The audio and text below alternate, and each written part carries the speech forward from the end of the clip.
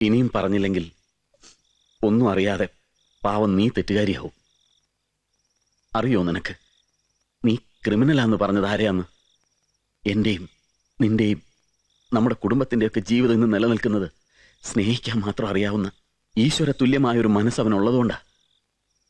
നിന്റെ കഴുത്തി കിടക്കുന്ന താലി അവന്റെ ത്യാഗമാ, സ്വന്തം ജീവിതം പണയം വെച്ചുകൊണ്ടുള്ള സ്നേഹം.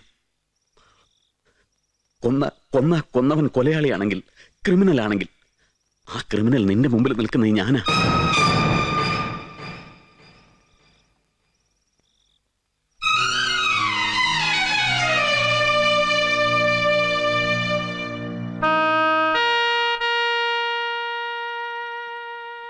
അമ്മേ,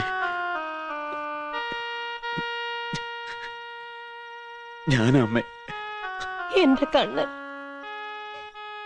ഈ വീട്ടിലുള്ളവരെക്കാൾ അവനെ കൊല്ലാൻ കത്തിയും വാളുമായിട്ട് നടക്കുന്നവരാണ് നല്ലതെന്ന് തോന്നിയിട്ടുണ്ടാവും എന്റെ കുട്ടിക്ക്.